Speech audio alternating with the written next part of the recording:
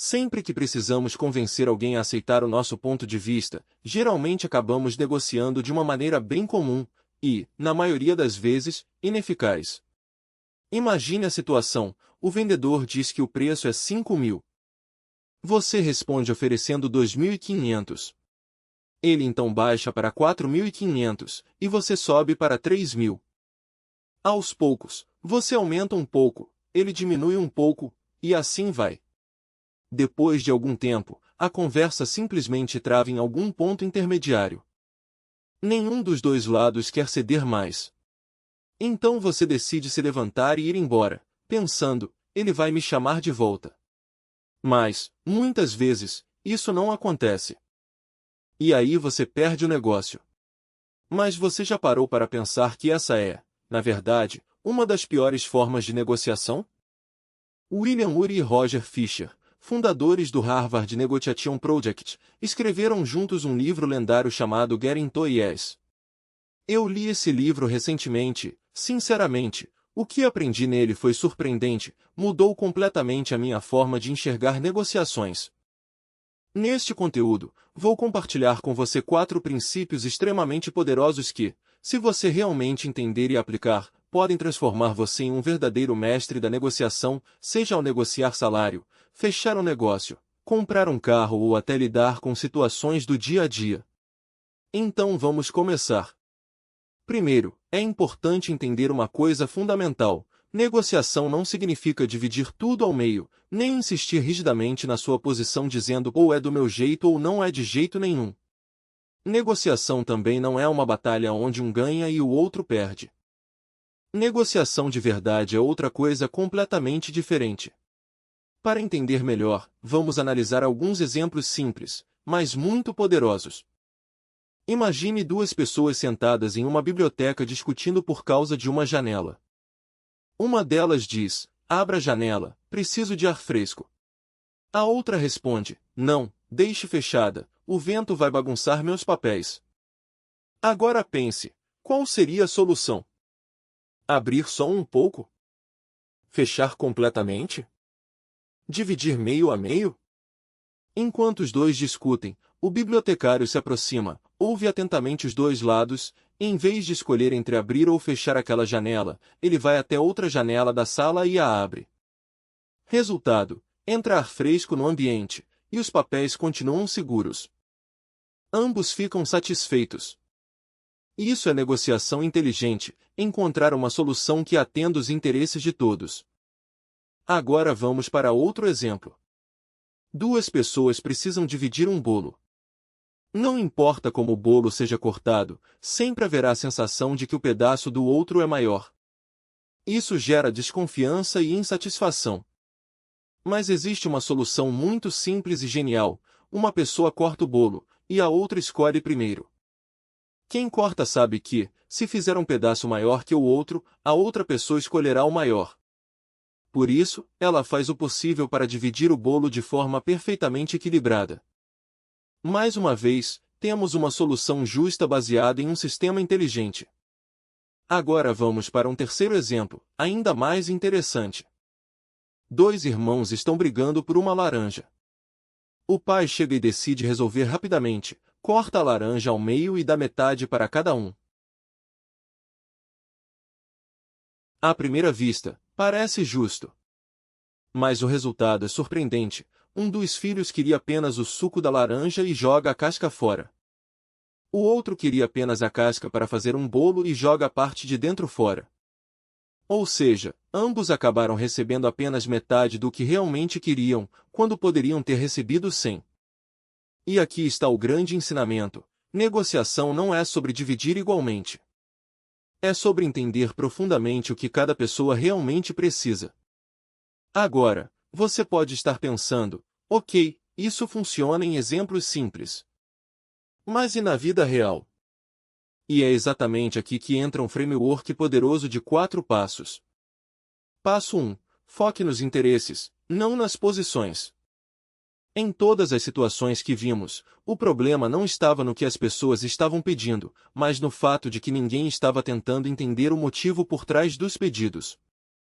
Posições são aquilo que as pessoas dizem que querem. Interesses são as razões reais por trás dessas posições.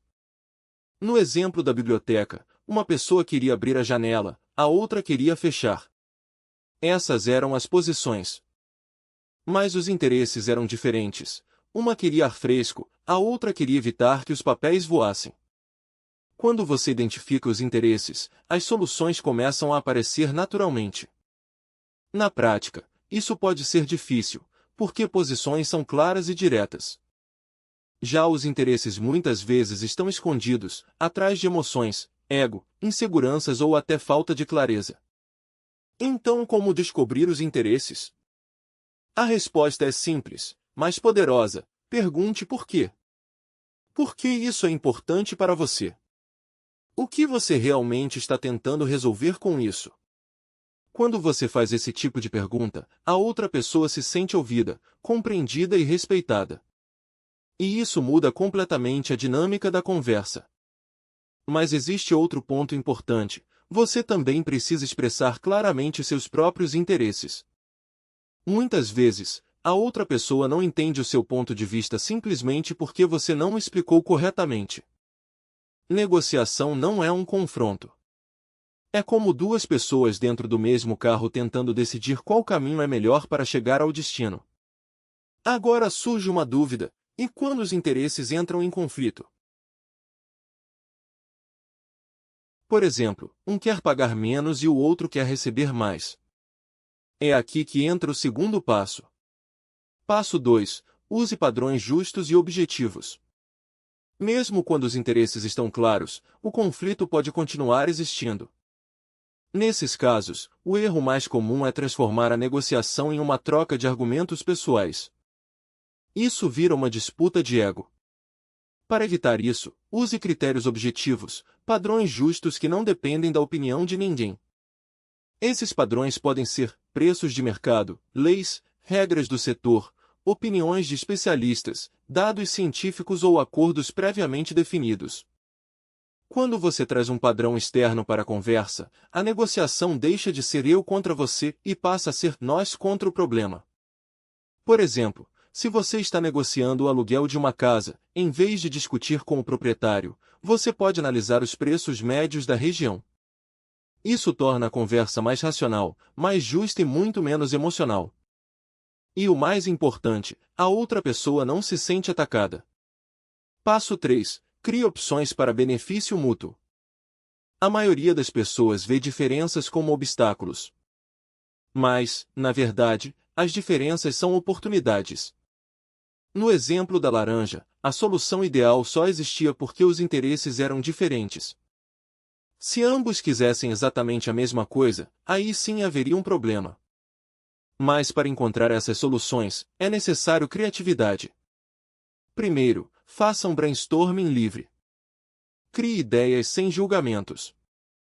Mesmo as ideias mais estranhas podem levar a soluções inovadoras. Segundo, separe a criação de ideias da tomada de decisão. Não critique enquanto estiver criando. Terceiro, valorize as diferenças. Elas são a chave para soluções melhores. Quarto, combine e refine ideias. Muitas vezes, a solução perfeita surge da combinação de várias ideias menores. Negociação é como montar um quebra-cabeça, cada peça tem seu lugar. Passo 4. Separe as pessoas do problema. Por fim, chegamos ao maior desafio da negociação: as emoções humanas. Ego, frustração, mal-entendidos e reações impulsivas podem destruir qualquer negociação. Por isso, lembre-se sempre: seja gentil com a pessoa, mas firme com o problema. Respeite a outra pessoa, escute com atenção, mas não deixe de questionar o problema. Antes de começar uma negociação, crie conexão. Uma conversa leve, simples e humana pode aumentar significativamente as chances de sucesso. Algo como: como foi o seu dia? Teve muito trânsito? Isso não é perda de tempo, é construção de confiança. Para finalizar, uma história simples, mas profunda. Em 1964, um pai americano estava jogando frisbee com seu filho em Londres. Um homem observando perguntou: Quem está ganhando? O pai sorriu e respondeu, no frisbee, ninguém ganha. A gente apenas joga. Essa frase resume tudo. Se você encara a negociação como uma competição, você está perdendo o verdadeiro sentido. Negociação é colaboração. É entendimento. É encontrar soluções inteligentes onde todos saem satisfeitos. Quando você aplica esses 4 princípios, negociar deixa de ser uma técnica e se torna uma habilidade essencial para a vida. Você vai ver melhores resultados, construir relações mais fortes e ganhar muito mais respeito. Continue aprendendo, continue evoluindo, e nunca pare de crescer.